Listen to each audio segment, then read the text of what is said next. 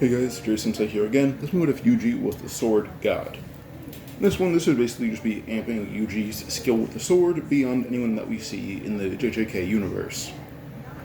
Now, before we begin, if I talk too fast, I recommend reducing the playback speed to about 0.75, or if I do really talk too fast, 0.5. Also, comment down at whatever recommendations you have, and the way I usually do it is I'll try to make a thumbnail based off whatever comment or just recommendation gets the most likes or the most comments that are positive about their idea. And let's begin. Alright. In this one, Yuji's life is relatively the same, but in this one, his grandfather actually put Yuji in, martial arts, but instead of it being karate, Yuji's put into a martial arts school, or a dojo, that it involves kendo, kenjutsu, basically just a variety of sword martial arts. And Yuji would train with said martial arts. Now, Yuji's very similar to characters like Daido, where he wouldn't be able to see curses, but as long as he'd be able to blades, he can feel them, and he can feel where to attack. By the way, Daido's probably, in terms of skill, Daido's probably, up there in the verse. A high tier, probably top 10 in my opinion. I know the skill only person I'd probably put as the highest, maybe Kenjaku or Sukuna. I expect that they're just old as shit. That is it. Nothing more. I think they're old as all hell, and that's it. So, yeah. But, let's keep going. Now, Yuji would eventually continue fighting curses. As long as he wielded a blade, he knew how to fight them. Remember, Yuji didn't really attend school anymore. He literally spent his days fighting and killing curses. Eventually, he would arrive at a shrine where there were a lot of curses around. Now, Yuji was beaten up a lot, but he was able to kill all of them. Until eventually, he would walk into the shrine, and he would find a blade sealed away. This blade was covered in binding, and it kind of resembled Nanami's blunt katana binding, as it was black with white spots instead of Nanami's white with black spots. Now, Yuji would take it, and he can actually feel the Christian energy emanating from this blade. This blade has a binding vow, being that as long as it's wrapped, its cutting power is reduced. But when it's unwrapped, its cutting power will basically increase, but also it'll be reverse curse technique. It's basically the wrapping is suppressing every technique of the blade. The blade, let me fix this. If the user were to have cursed energy, the user would have to learn to use cursed energy to, make the blade effective. Well, then if you unwrap it, the blade would basically erase every curse that it cuts. And when Yuji did try to unwrap it, he basically passed out how much power it was in it. So when he woke up, he quickly wrapped it, and then, he realized all his injuries were healed because of the sword. So he continues to keep the sword wrapped, and actually would learn to... the sword's still wrapped, he doesn't have energy, so the blade isn't really too effective. But the thing is, Yuji's using it kind of like a baton, and even then, his strength is blowing apart curses. I was thinking by the time Yuji meets Megumi, Yuji's failing high school. I said he doesn't really go there, but he is a very smart person. But eventually, Megumi and Yuji do talk, and Yuji mentions, he thinks, I don't know what it is about you. Something about you feels weird. He said, he kind of talks about how he fights these random monsters. He can't see them, but he knows they're there, and he kills a lot of them. But Megumi can have the aura of those things. Megumi throws saying, you can't see monsters, but you fight them. He goes, yeah, one over there. Megumi sees Yuji pointing at nothing, but then he sees a curse in the distance. He says, you can't see them, but you're pointing at a curse. He goes, oh no, I kind of just feel it. I'm gonna go kill it, as he pulls out his sword and just walks towards it. Making me confused until Yuji would fight the curse and kill it, tanking all the blows because he can't see where it's going to attack. He just feels a curse and fights it. So Yuji is able to tank all the attacks and does kill the curse. By the way, because you can't see the curses, he lets himself get hit. The point where his durability at this point is probably higher than any version of himself in the series, just because of that. But eventually Yuji would still go with Megumi to fight the curses that are wanting to his finger. Yuji still does eat the finger. But Yuji's soul is just so intense. The fact that Yuji is, like Daido, who's a very intense character, but also much more. As long as he's in the mood for a battle, his soul will probably be the strongest in the series, alongside his durability being up there as well. When it came down to trying to control, he goes the whole, women and children are playing everything like maggots. He tries to, he feels like he was punched in the face the way he was pushed back. Point where when Gojo arrived, he was like, I can give him control, I guess. I don't want to, but I will. You throw Megumi a sword, Megumi is actually he's fine. Usually did the majority of the fighting and took the brunt of the attacks. So Megami's is kind of fine right now. I'd say in terms of health, 85%. Yeah, so Sukuna and Gojo fight. Sukuna's realized Yuji's body is weirdly durable. As when Gojo kept landing hits, Sukuna felt it, but no obvious damage was on his face. This made me kind of yell at Gojo, saying, yeah, he let like a grade 1 curse beat the absolute shit out of him and barely bled. You can't just punch him. Gojo just nodded before coating his fist in hollow purple, but in like red or blue. And one punch, he basically just knocked out Sukuna. Gojo just kind of starts sweating, saying, that was a lot of curse energy. I didn't even regulate it. I just charged it up and hit him. Megumi would talk to Gojo about how Yuji talked about how he fought curse, and he simply just said he didn't see them, he just felt them, and because he can't see them, he let himself be hit. I'm gonna make Gojo laugh, calling Yuji a psychopath. But eventually Yuji does go meet Yaga, and when it comes down to catching the cursed corpse, Yuji literally just jumped around the room as faster than the curse and just grabbed it. As his body is much higher in capability. And then it comes down to Yaga asking Yuji, why are you a sorcerer? Yuji doesn't really have a big reason. When it comes to his grandfather, Yuji doesn't really believe in his grandfather's ideology. He respects it, he just doesn't believe in it. So with this, Yuji kind of thought about it for a second before saying, he also doesn't really want to be a sorcerer, he wants to be strong. And fighting strong people is the way that happens. So, if being a sorcerer means he can fight strong people, and his skill can grow, he'll be one. If they didn't have that benefit, he wouldn't be here right now. Maybe Yaga kind of laugh, and Gojo would as well. As Gojo would say, that selfishness is what makes a strong sorcerer. That ego is what empowers curse energy. As negativity combined with confidence, I could probably see it be a very big asset in Jujutsu Kaisen. Alright, we move forward the next day, and Yuji and Megumi are kind of talking and bonding. And at this point, Yuji also has that curse energy, so he's actually able to use his blade properly. So when him and Megumi are sparring a little bit, make sure it doesn't. Yuji's cutting at curse energy as he throws his blade in. Like, he's cutting at not Megumi's body. He's cutting at the concept of curse energy, which does scare Megumi a lot. When he told Gojo about that, Gojo already knows he will never fight Yuji without prep time. Because on the off chance Yuji would learn how to cut Infinity, he'd refuse. Like Yuji's cutting ability is transcending comprehension. Alright, but yeah, they mention meet Nobara, and when it comes down to her asking about Yuji's curse technique, he says he doesn't have one, but he's a master swordsman. She's gonna make me saying, a master? That kind of just seems stupid. But Megumi says, no, I'm not even kidding, he's been fighting curses for a majority of his life, he said, and he lets them hit him.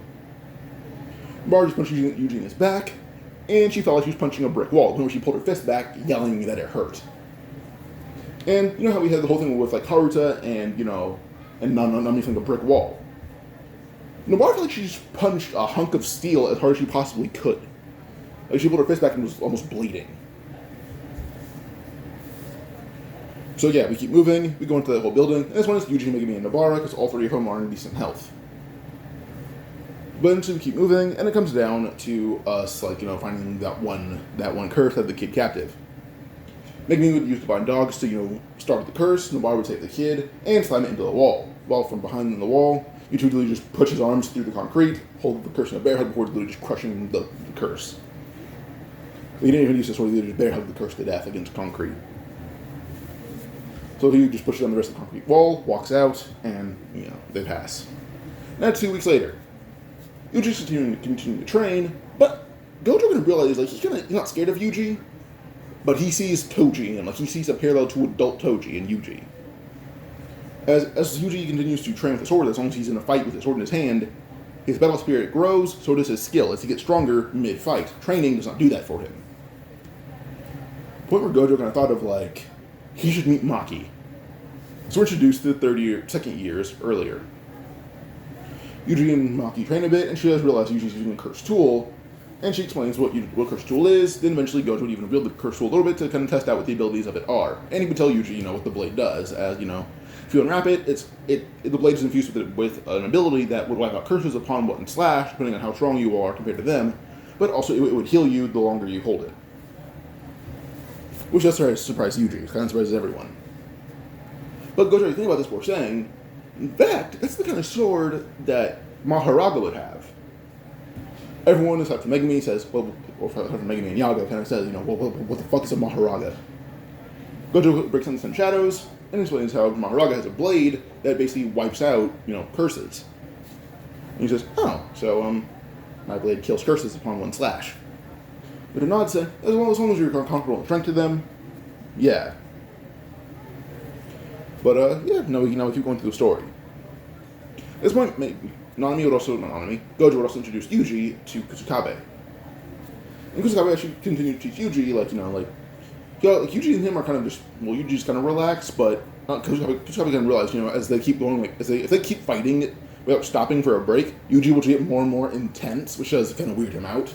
So he turns to Yuji a bit, but they take a lot of breaks so Yuji doesn't get too intense for Kusukabe, as he quickly would surpass him in a matter of a minute or two into a fight. So yeah. Now we go on to Yuji fighting the Finger Bearer, Nobara being captured by a curse, and Megumi having to go save her. Comes down to that, it comes fighting the Finger Bearer, and he appeared behind Yuji and Megumi just to scare them. Yuji simply told Megumi, run, do not turn around. Megumi did just that, and Yuji would shove his sword backward, trying to hit the Finger Bearer in the face. Now, Yuji and the Finger Bearer were fighting, Finger Bearer having the advantage in speed, Yuji having the advantage in durability, strength, skill, battle IQ, regular IQ, etc. Finger Bearer literally hit speed on Yuji, and then again, not by much. Also, by the time that Megumi and Nobara come up from being downstairs, Yuji beat the Finger Bearer, but he is covered in blood, cuts, and bruises. The Finger Bearer's energy blast had hit Yuji head on, and he had not been hit that hard until it was Gojo with coating his fist in blue. So, yeah. He beat up Finger only for Sukuna to create a mouth on the hand, eat the finger, and with Yuji being tired and kind of exhausted, Sukuna would take control. Sukuna proceeds to fight Megumi and Nobara, and proceeds to body them both, before grabbing Yuji's sword and killing himself through the chest, even though the blade is covered, and then Yuji would slump over with his blade in his own chest and just die. We went to the whole thing with Junpei, all that. I would say the story isn't really much different until it comes down to when Nanami would try to treat Yuji like a kid. Now, Yuji, more confident, more arrogant, kind of, but also more experienced with curses. In fact, probably almost as experienced as Nanami and Gojo are. It's like he just fights a lot of curses who are just around. I mean, they won't even be in his town. He would just know they're nearby and go avidly. He would leave class to go fight the curses, just because he felt they were nearby. And not because they were a threat, just because it would be fun. Well, his experience is contending people who are nearly a decade older than him. Alright. But yeah, so Yuji would go on to go, when Nanami tries to say, you don't need to fight your child. Yuji would just pull out his katana, and Nanami ends up seeing that his sword is also binded, or covered. And he thought Yuji cut through curses like butter. And eventually Nanami started realizing, Yuji is not a casual child, he is a sorcerer and a strong one. And she would ask Yuji, what's your grade? Yuji put out his card, and he's a solid grade 1. Not semi-grade 1, he is a solid grade 1. Higher than Megumi, higher than Nobara, higher than anyone at Tokyo Tech, aside from Yaga and Gojo. And Kusukabe, because Kusukabe and Yaga are all grade 1, so is Yuji, Gojo special grade, all that. Pause real quick. Okay. So, Yuji and Junpei still become friends, all that. We go on to when Junpei and Yuji are, have to fight because Junpei tries to become a school cursor.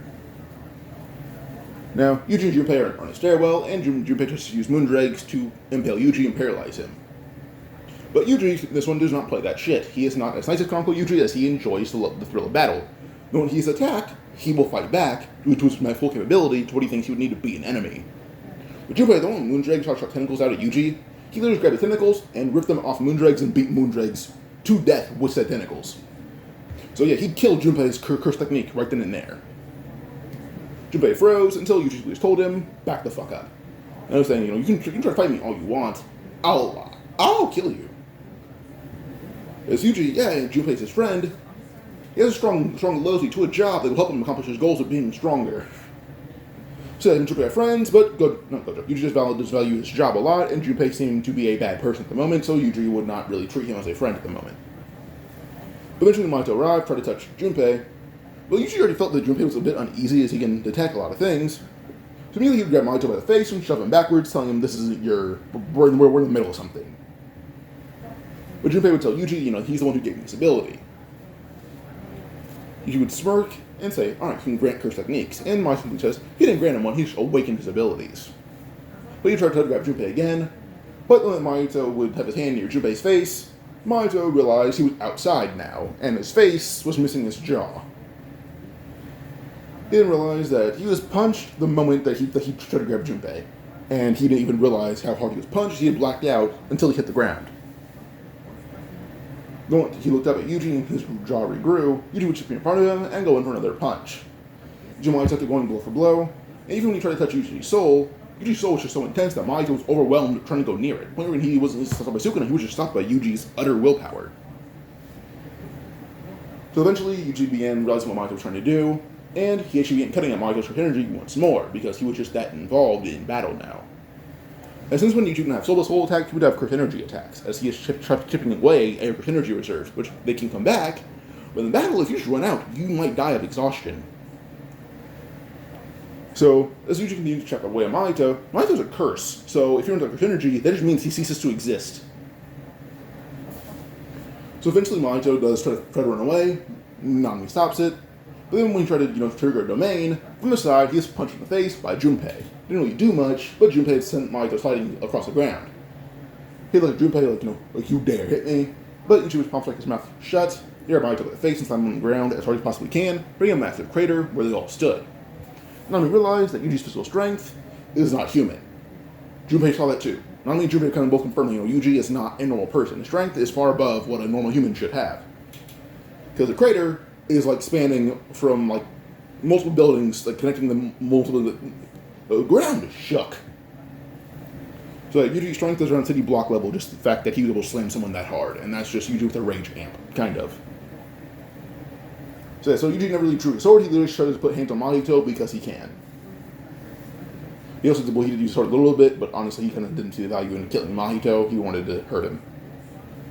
Mahito still does try to use his domain once more, gets stopped again, retreats. Yeah.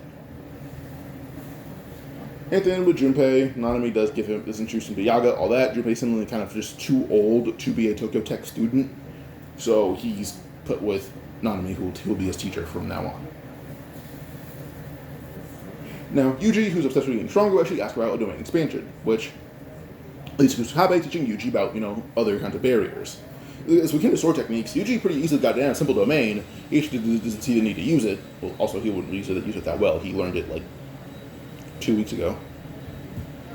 But he does continue to get stronger and stronger, because Kusakabe who's teaching the basics of barriers. So we do move on once more until we get to wait, pause. Oh, sorry about that. Yeah, so Kusakabe is teaching Yuji simple domain, or at least domains in general, so, yeah. But we keep going, and eventually we move on to, a few days later, and it comes down to, Kyoto Goodwill event. But we do have a small bit of changes.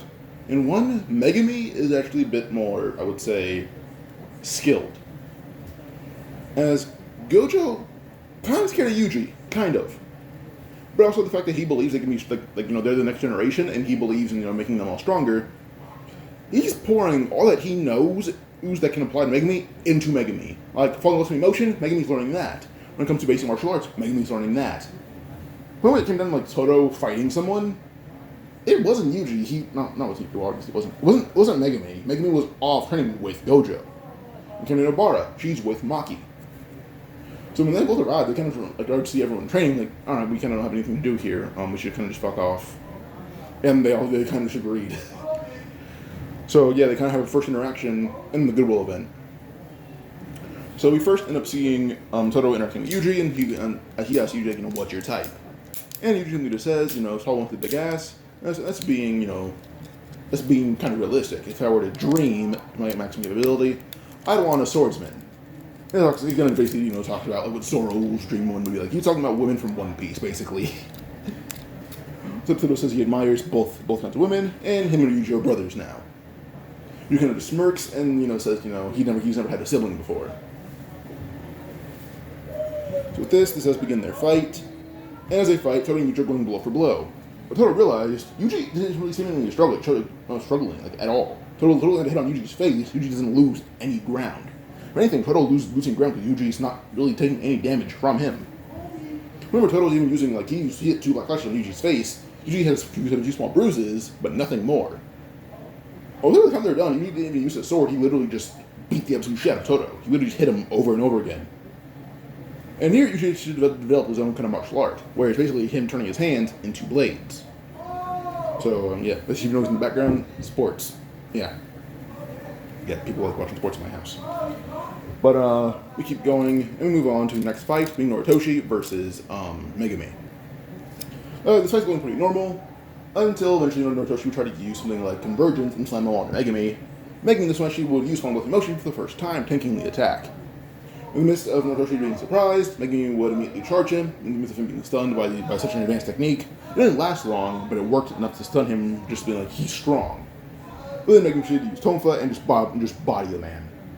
Noritoshi beaten up by Megumi. Then Nobara, her doing stronger as well, it's like he trained with Yuji a little bit for those first 2 weeks that they knew each other. This is actually where she would hit her first Black Flash, and it would knock out Nishimiya first try. Everyone else has the same fight, so, yeah. When we on Hanami, I would pretty much say it goes the exact same until it goes on to Yuji and Toto jumping her, or them. Yuji would fall on, like, show off the sword now, and then he pulls out the sword. Hanami does try to, take a stance, but when they did try that, a slash appears across their chest, and Yuji's behind them with his sword drawn. He would just smirk, and make me kind of laugh, telling Toto that once Yuji draws his sword, he doesn't need help. Toto doesn't care though, he's to fight along with Yuji, making sure not to get his way, so you can tell that Yuji's personality switched the moment his blade was picked up.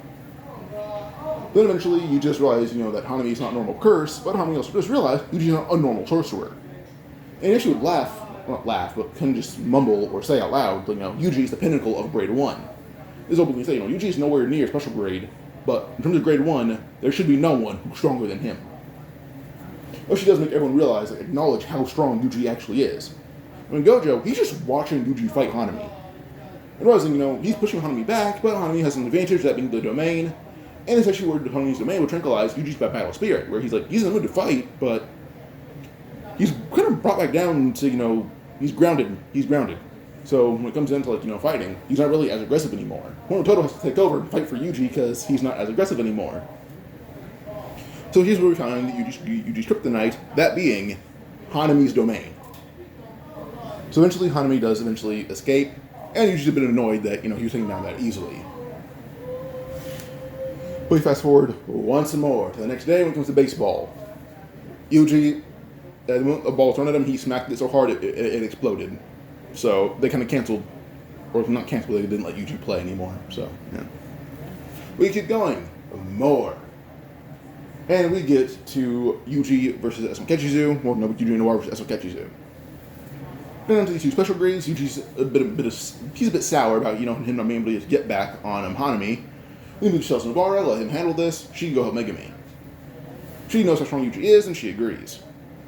And since when Yuji literally dropped his coat, grabbed his sword, and tell them both, don't hold back at all. He's a bit mad. This special grade he fought ran away like a coward. They both just laugh as Kechizu, and they proceed to charge Yuji, going at full speed and full power. And Yuji does the same. But the thing is, the moment that he appeared behind both of them, Eso looked at Kechizu, who's in half. Yuji had unwrapped his sword, and then Eso kind of just sees that Kechizu just disappears. One slash killed him. So he looks over to Yuji, who has the most sadistic smile he's ever seen. Yuji re-ups his sword, and proceeds to continue to fight Eso, not on the same ground. Eso is a special grade regardless, but it's still a very close fight. So by the time that they're done, Eso's out of energy. Yuji still could have partnered his energy to the point where he doesn't have enough energy to, he doesn't have enough time to replenish, doesn't have enough time or enough energy in general to use his full power. So when he did try to, continue fighting Yuji and came down to only hands, Yuji literally grabbed his arm and push it farther into his body. The elbow up is now in Eso's chest. Eso coughed up blood, and then Yuji would just either grab him by the face or head and just twist it backwards, killing him. He kind of laughed, calling them a pretty good fight, as he turns around, seeing Nobara and Megumi, who are already there, and they both kind of just say, hardcore. That was pretty hardcore of you. He just shrugs, saying, doesn't matter right now, he's tired. But as he walks away, he would feel the memories of Esokechizu as his brothers in his head, and with him being more soul in tuned, he kind of realizes what he just did. But with this, he actually would bring it up to Gojo, who would bring it up to Yaga, who brings it up to Tengen, and then Yuji and Tengen would meet for the first time. And here, Yuji's emotions could reach an all-time high as Yuji would hear about the curses, but you hear about Kenjaku and the Deathwind paintings. But also, she kind of learns that it's not an impossibility that he would be Kenjaku's child, and those were actually his brothers. The thing you mentioned, saying someone like you who can just feel curses is not normal. Tengen probably doesn't know who Daido is, and kind of seems that Yuji is an anomaly. And that anomaly being from Kenjaku's existence. When Kenjaku, or Yuji coming out of Kenjaku's birth canal. But, yeah. But we move farther. So yeah, we move on to about 2 months later. Now it's like Halloween Eve. Yuji would basically be, he's still training a lot harder with Kusakabe, but also Nanami and Junpei. As Junpei was able to kind of not heal, but fix Moondregs. As Moondreg is coming back, but as a much smaller octopus-esque creature. So yeah. Okay. But we keep going until we get to probably I'll go into just Yuji, Mei, and Wee Wee in the subway system. When it comes into that, they're just exploring, and when Yuji with Grasshopper Curse, it continues to punch Yuji in the chest. But once it does realize Yuji's not punching back, he thinks he killed Yuji. Only to pull his fist back, or his mantis blades back, realizing Yuji's shirt is torn apart, but his torso is unscathed. Yuji then smirked, pointing to the Grasshopper Curse's, hands, whatever you want to call them, realizing that they're all mangled and broken. When Grasshopper Curse looked back up at Yuji, its punch across the face, and its head is on the other side of the subway. Yuji continues moving, and Mei kind of just bit her lip looking at Yuji, which does make Wee Wee a bit annoyed. We keep going, and in this one, Yuji doesn't go help fight Awasaka. He sensed the smallpox deity. He sensed it. He just told Mei, there's a special grade ahead. I want my ones. And just ran off. So, yeah. Mei kind of said, alright, let's kind of just go watch him. Make sure he doesn't die. So when it comes to fighting Awasaka, that's Megumi's job. And the thing is, Megan can probably figure out the inverse technique by himself, but also being much stronger can probably beat Awasaka himself. It would be a bit longer, but he can probably still do it. So we keep moving until we get to what was it? Smallpox Deity. The moment that thing tries to open its domain, Yuji cuts it across the face. Just quickly cuts it. They continue to fight until Mei does realize that Yuji's definitely the strongest grade 1, as Hanami says so, and the rumors kind of spread around Kyoto and Tokyo Tech. No, the curse really never had a chance to open its domain, and Yuji would kill it. We keep moving until we move on to Yuji going out, and he has to fight against Choso. This one, Choso never really attacked Yuji on sight. Yuji would pretty easily him and Choso fight each other, and it's kind of just locking eyes, never really giving the other a chance to draw their attacks. But Yuji tried to do it first, then charging Choso with a sword, but then Choso would grab Yuji's hand, the blade, and headbutt Yuji in the face as hard as possibly can. And then he tried to pull out the sword again, but Choso would take him a shot on the side, then grab his sword and throwing it just across the street. And as they fight, Yuji just realizes his sword is thrown away, but it doesn't matter. Him and Choso continue to fight, and Choso even using the what was it?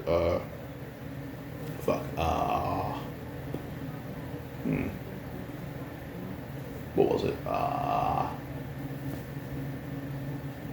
Floating Red Scale Stack. Even Choso would use that. Yuji is easily able to contend that, if not overwhelm it. So, yeah. I would say we try to move on and probably to Choso having his whole mental breakdown. As by then, Yuji still beat him, he did beat him this time. But he was still a bit tired because he kind of had to rely on only physical prowess, which he is still not great at. He's good at it, but not as good as he is with the sword. So, yeah.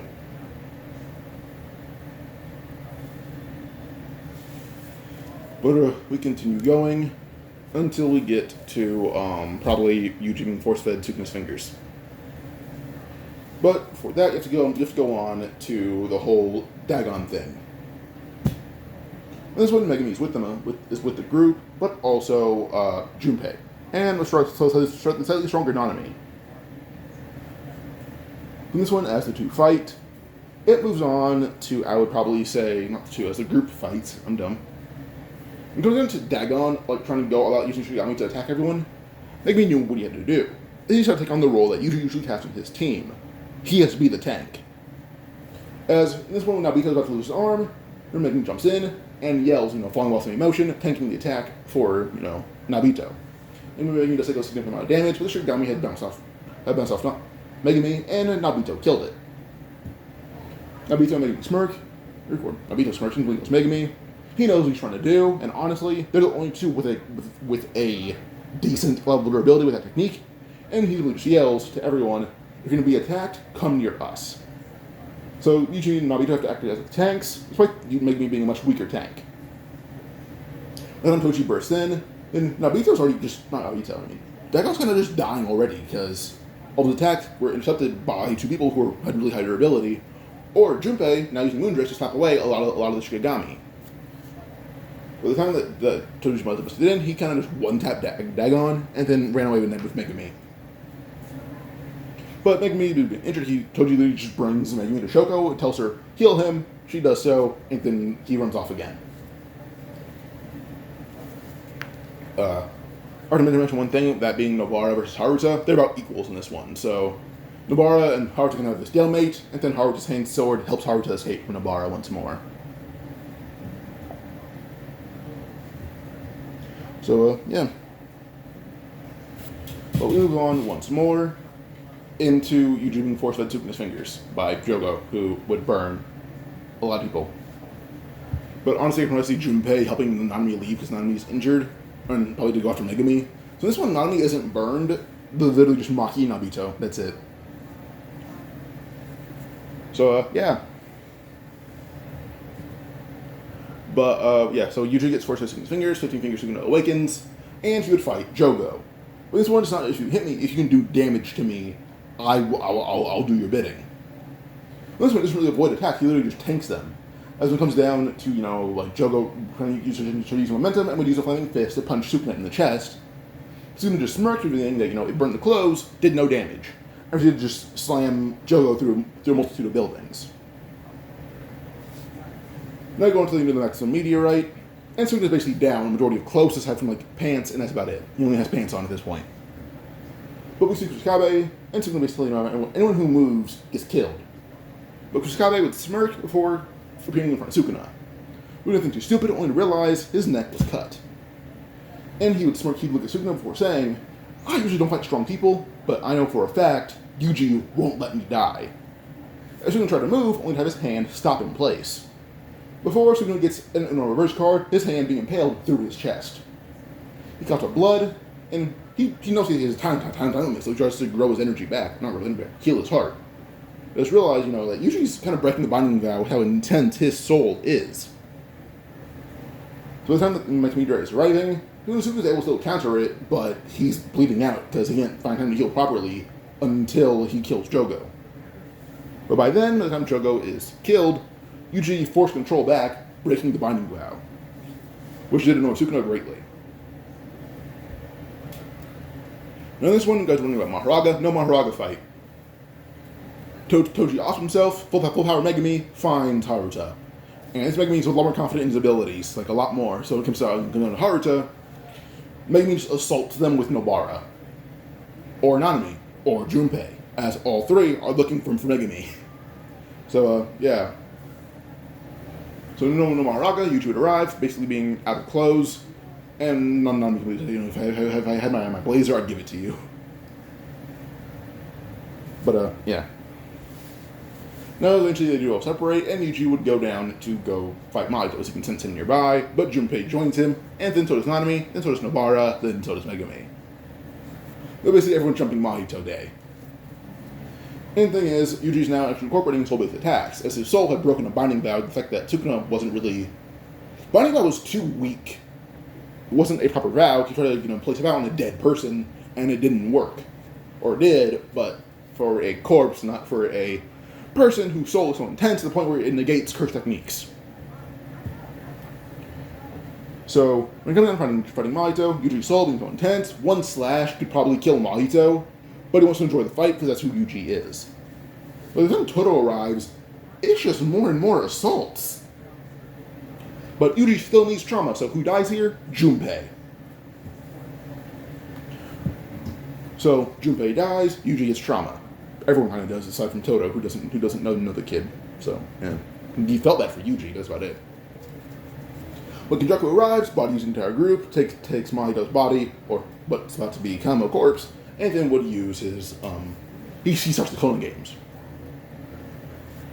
But eventually everyone confronts Kenjaku again, and it's come down to, like, Kusakabe trying to use symbol domain to block out Kenjaku's attack, which, first using something else, actually. It comes down to Kenjaku about to be attacked by, like, Kyoto students. Miwa tried to do her whole thing where I'll make sure I never swing a blade again. He was intervening, jumping off of Miwa's body, and just slammed, just shoulder check Kenjaku into the ground. Everyone's a bit confused, and then there's this one-on-one fight between Yuji and Kenjaku, and Yuji demands to know if Kenjaku is his, parent. Kenjaku would smirk before saying, "I am. Penguin can't keep her damn mouth shut." And Yuji is a bit annoyed before revealing his, sword, and Kenjaku says, I haven't seen that sword since the Heian era. And in Yuji's mind, Sukuna leader says, "No wonder I recognized it. And that sword belonged to the Ten Shadows user of our era. That sword is made of a fraction of Maharaga's weapon." But Yuji would slash at Kenjaku, and Kenjaku tried to use Maximum Uzumaki, but Yuji cut clean through it and landed a clean slice on Kenjaku, who, if Kenjaku was in a stronger body than Geto, he would have been cut in half in not one slash. Good thing Geto has a strong body. But as they continue going, we eventually see that, how do I say this? We see that Kenjaku's scales quickly being overwhelmed by Yuji's. As he fights, Yuji gets stronger, and stronger, and stronger. He grows as he fights, like I said before. Training, enhances him, but does ultimately nothing aside from Yuji. Aside from when Yuji's in a fight, where he continues to grow because his spirit gets more and more intense. So, with this, I'd probably say that, Uruma would intervene, saving Kenjaku from being beheaded by Yuji. And then eventually when Uruma intervenes, they kind of save Kenjaku by actually completely just freezing Yuji solid. Now they try to walk away because, they've been cornered by more and more sorcerers. Miwa was realized, my slash wouldn't have reached him, so good thing I didn't say the full binding out because he interrupted me. But they all try to engage. They suddenly hit eyes cracking, and Yuji just burst out, tackling Kenjaku and Uruma, trying to fight them both one on two. But then Uruma tries to create more ice. From the side, a foot would be planted in Uruma's face by the one and only Yuki Sukuna. Kenjaku decides, he can't be here because he'll die here. So he just unleashes a ton of curses, and then retreats to Uruma while everyone has to stop the curses. But Yuji, being who he is, proceeds to slaughter as many curses that he even see. So, yeah. But we're going to fast forward much more into Yuji vs. Yuta. In this one, when it comes to Yuji vs. Yuta will try to go for only sword slashes, but Yuji's blocking all of Yuta's attempts with really no effort. Yuta's simply just too slow and not skilled enough for Yuji. But when Yuji simply tells Yuta, you're better off using the curse technique. Your skill will not reach me a day in your life. Now Yuta's honestly surprised that someone's talking down to him. So he would start to actually execute using a technique. But the thing is, Yuji cut through the technique and hit Yuta with a mean slash, which did unleash Rika, which is where Yuji had lost because he invoked the wrath of an angry 10-year-old. So, yeah. But meanwhile, Naoya is fighting Choso. But also Megumi, and Toto, and Nanami, and Nobara, and Junpei. Never mind, he's dead, I forgot. But yeah, fighting a lot of people. A lot of people. Which does result in Naoya's kind of loss, because he doesn't have enough energy to keep up with that many people. So he retreats.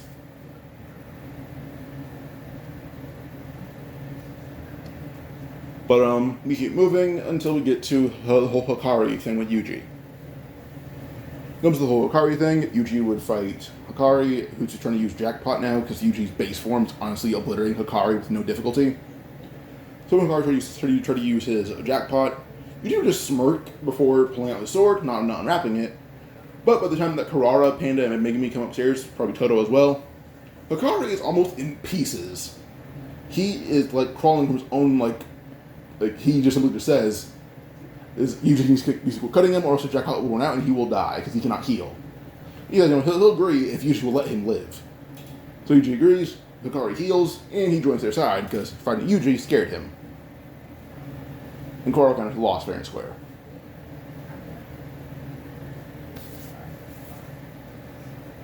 So, yeah.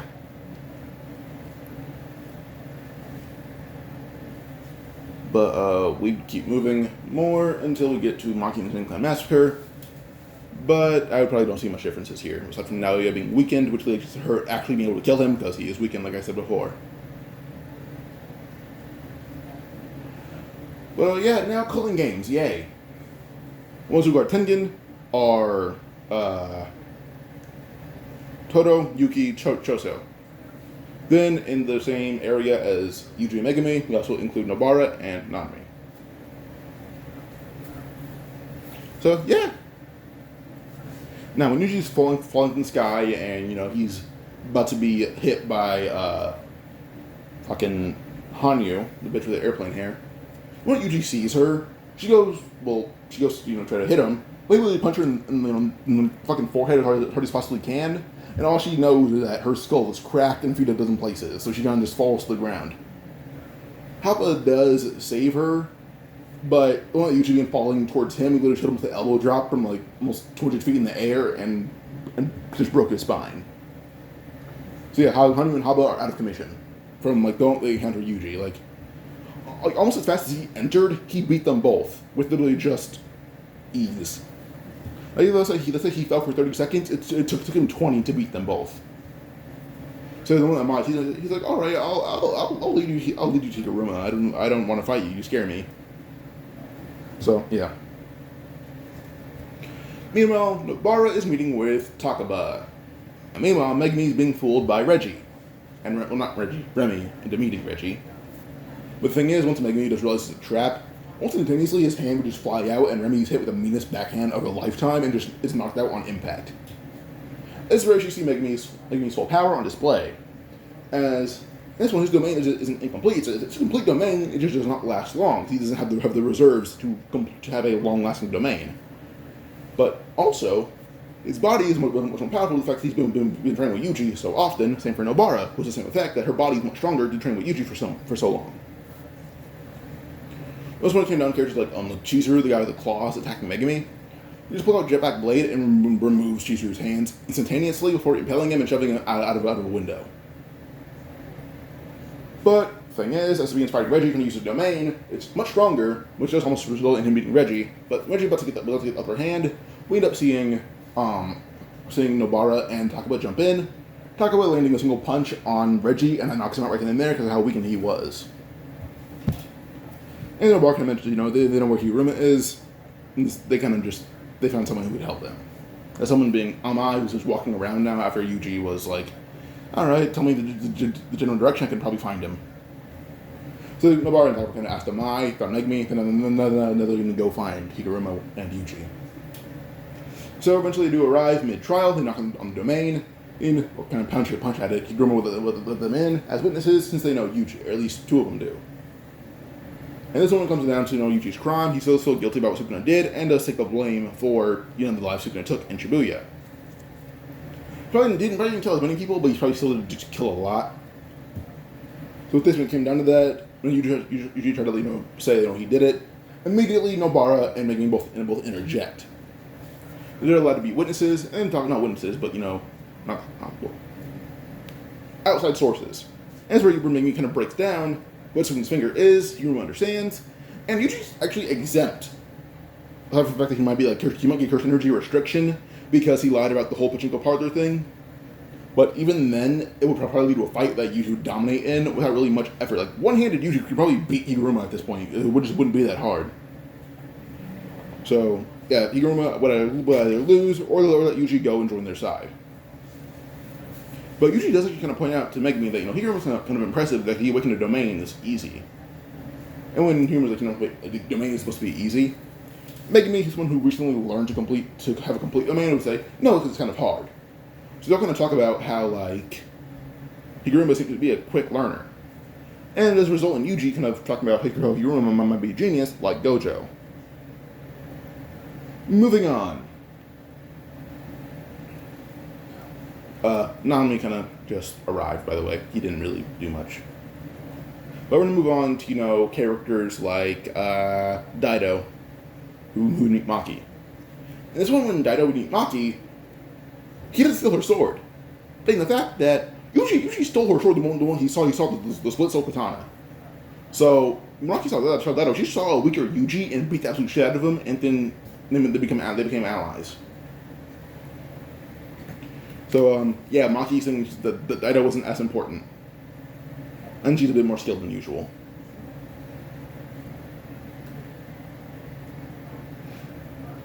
But pause real quick. Alright, sorry about that. But we get to probably, I would say, the fight between Kenjaku, Toro, Yuki, and Choso. This one, Toro's actually able to play, like, make sure everyone, like, no one really gets badly hurt.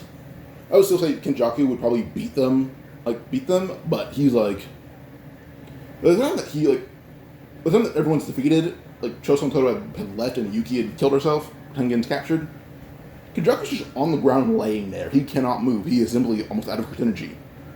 So he does eventually wake up, but he's barely able to move, so he has to, be careful, take Tengen, leave. Pause one more time. Alright, sorry about that. But we move on and we get to probably Meguna arriving, or coming into existence, which I don't see being much different, honestly. I don't really care that much. So, Meguna comes into existence. I don't see much else happening after. Like, yeah, Yuji and Meguna fight. Yuji is probably dominating. But Kenjaku, knowing how strong Yuji is, probably has Ume on standby for Sukuna so he does not die. Like, someone's on standby so Sukuna does not die. But now Sukuna's fighting Yuji firsthand. He usually tells her Ume, that kid is scary. Like, Sukuna, this one has, like, the whole thing where I would say, from the most recent chapter, where he has a fear of death, but from being around Yuji. And by the time that I was able to see Sukuna going to that, whole thing of blood, he sat in it thinking about life, wondering if he should fight Yuji until, he's even telling Ume, should I fight him if I have less than 20 fingers? And that does make Ume think, that kid can't be that strong, so he says, he's not, but he knows my abilities. So if I fight him, it's going to be a battle of just pure battle IQ, and I don't think I can outwit Yuji. Like, Sukuna's hyping up Yuji, yeah, he hates Yuji, but he's also scared of him. So eventually we do get to, So I'd probably say we move on and we get to, what was it? Oh yeah, Sukuna versus, Gorozu. Comes down to that, Yuji does try to jump in, only being hunted by Ume, who doesn't realize Sukuna's scared of Yuji. The moment that Ume arrives, we see someone else appear. Someone else being Nanami. He would use a black flash, destroying some of Ume's ice and knocking them back. Nanami simply says he'll fight Ume, which does make Yuji a bit hesitant, saying, you're not that strong. But then we're also met by Tsukabe, who says, he'll fight as well, and then Higuruma, and then Obara, and then Takaba. They're all offering to hold off Ume so Yuji can make sure Sukuna does not kill Sumiki/Yorozu. Now Yuji continues to fight Meguna and Yorozu simultaneously. And as they fight, Yuji's actually able to land a soul strike on Yorozu, but because she did the dominant soul, it damages her, not Yorozu. Or it damages Yorozu, not Sumiki. As they continue fighting, it does lead up to Angel arriving. And as they continue to fight, Yuji actually would tell Angel, if I can tell you how to hit a soul-based attack, can you focus on the girl? Angel probably knows how to hit a soul-based attack, but Yuji's input will probably make the attack so much stronger. And that's correct. Remember, Yuji would tell Angel how he hits soul-based attacks. He's currently fighting Sukuna and Yorozu at once. Once he explains his soul-based ability, like soul-based attack ability, Invisible channel it and strike down completely only on Yorozu. The point where actually it would extinguish Yorozu from Tsumiki's body, but not the curse energy or the technique. It just erases Yorozu from the face of the earth. Then Megana realized that and started realizing that Megami's fighting back. Remember, Yuji actually kind of just uppercut Megana in the chest, and that would force Megami out, well not out, but to be the dominant source right now.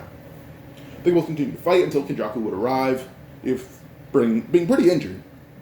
But he arrived to help fight, and actually would beat Yuji with Megami. Or not Megami, with Sukuna, who would regain control pretty quickly shortly after Megami would get control back. But this does still lead to the Shinjuku showdown. But here we're kind of swapping bodies. Well, Yuji swapped bodies with two people.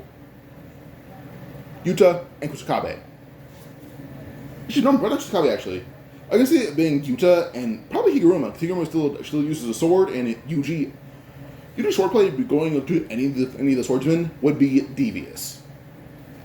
They'd be getting Yuji's peak skill from what we've only seen. That peak skill was honestly not when he fought Megana. Probably when he fought Hikari. He doesn't know that's when Yuji was most excited to fight someone. So when they have that kind of swordplay, they're both kind of just shocked that Yuji can contain that level of skill with how excited he seems. Also during this time, Higuruma would also get Yuji's knowledge of energy, the point where Higuruma kind of reaches a level of strength higher than any level in the story for himself. But we continue moving until we get to what was it? Oh yeah.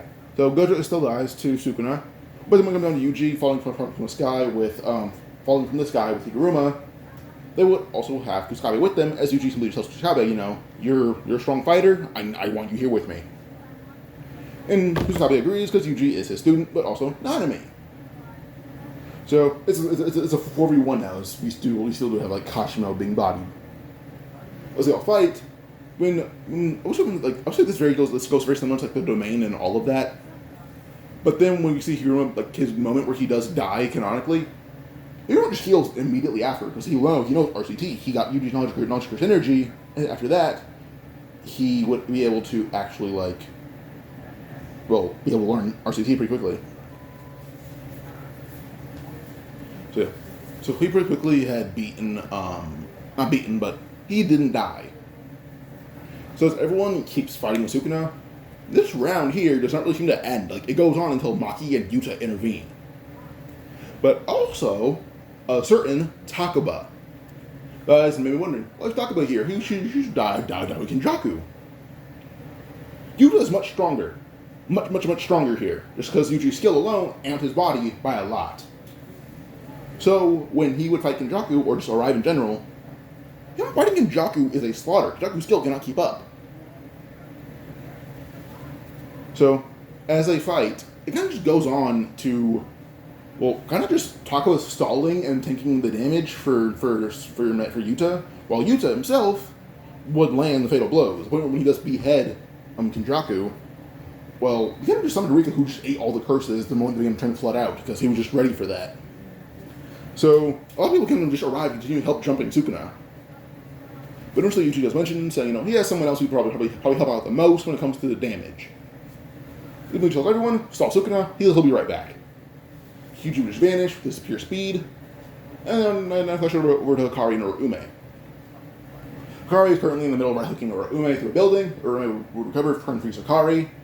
When the ice would reach Hikari, all the ice cut to pieces immediately, and Yuji would jump off a large chunk of it, falling at Urume, and would appear behind Urume with their head hitting the ground. Yuji go Hikari, you tell Hikari, go fight Sukuna, we need someone to receive all this damage for us. Hikari scoffs, saying, give me 5 minutes to recover, and he agrees. So Hikari recovers, and then when he does arrive to help fight, he's the one who's taking all the damage for them alongside Yuji, who's just an actual tank, and Hikari heals the fastest. But eventually this lead to Yuta using his domain, but when he does use it, everyone jumps in, and I mean everyone. Only person who probably doesn't jump in is Meme, and we probably don't jump in are Meme, Karara, and Wee Wee. So with this, in the background you see one of Sukuna's fingers is suspended, and Sukuna just realized, that girl Nobara can probably damage him. So he just tried to go for the finger. The thing is, when he gets near it though, he is met by Yuji, who he does not really have an interest in fighting because it is scary. That kid is a demon in human form. He is Sukuna without 4 arms and 4 eyes, or without 2 extra arms and 2 extra eyes. He is just Sukuna if he looked human. But then when it came to Higuruma, he would begin trying to actually use the gavel, and would send Sukuna flying away. Then Kar would jump in using his own overpowered strength plus a black flash to send Sukuna to the ground, but also due to his earth energy being very rough around the edges, it does like internal damage to Sukuna, which just makes him cough up blood. But due to how much energy he's expelled, it's hard to heal. So I was thinking by the time that Sukuna's when you fight everyone, by the time the domain falls, he has received a certain amount of damage to the point where he can't really fight properly. He's struggling to even move properly. All he can do is kind of just stand still. So stand still and maybe use a few cleaves while it's just still standing. So as that happens, it does eventually lead to Nobara using using her resonance ability to damage Sukuna's soul more and more. But I was going to think that the resonance is used, Sukuna kind of hit the ground, barely able to move. But then Sukuna would be a bit more scared once he sees everyone, but a majority of people step back to, let Angel take it from here. Sukuna would try to get up, but he's too damaged. He's very badly damaged. Eventually, Yuji actually stabbed into Sukuna's chest using his katana, and it's basically using the RCT. It's uncovered now, all that. There's just RCT confronting Sukuna, making his curse ability kind of just nullified. Yuji would jump back, as Angel would use Jacob's ladder to completely kind of burn Sukuna out of Megami. Because after it's done, Sukuna's body is it's erased. So with that, this does lead to only person around, Megami. Then he got up, there's a sword in his chest, but he's able to pull it out because it's full of RCT, which kind of just healing him because he's not a curse at all. When he pulled it out though, we're met by Sumiki, who was just watching. She wasn't really able to fight that much. She's not a good fighter. So Megami hugs his sister, and we actually kind of go on to a happy ending later on. When the end, we do see that they all get letters from Gojo, or that Megami does. Yuji and Nobara got their own letters because Nobara was never in a coma. Yuji, they both kind of just talk to Gojo. Hold up real quick. So I would say in the post game, at the end of all this, everyone's kind of just living their own life. There's not really much else that would be going on. So we're going to be using more mentorships for happily ever afters. Megami, he's a Mohana / Angel. Nobara, she's doing his own thing in the countryside. Yuta and Maki get together. But then Yuji gets together with Sumiki once he's actually, he's already kind of age, but I'm going to go 18 because I'm American. And the fact they get together in this one is the fact that Yuji was kind of the one who took care of Sumiki the entire time until Megami was released by Sukuna. He's the one who took care of her the entire time. So, I would say by the end of it, we probably move on into, the future. And the future the strongest is Yuji, definitely, by a long shot. Even Megami, who got under control of Maharaga, knows that Maharaga cannot fight Yuji for a certain amount of time, but they have a very similar ability. They adapt. Yuji adapts to abilities, Maharaga adapts to damage. And Yuji's adaptation is much faster somehow. Megami doesn't know how, but it is. So he already knows he cannot use Maharaga against Yuji because he will be down a Shigami. So, yeah. But in the end, the majority of the characters have kids. Nobara just does her own thing, though. So, yeah, I'm ending the story here. Hope you all enjoyed. Sorry this was so fast. Adios.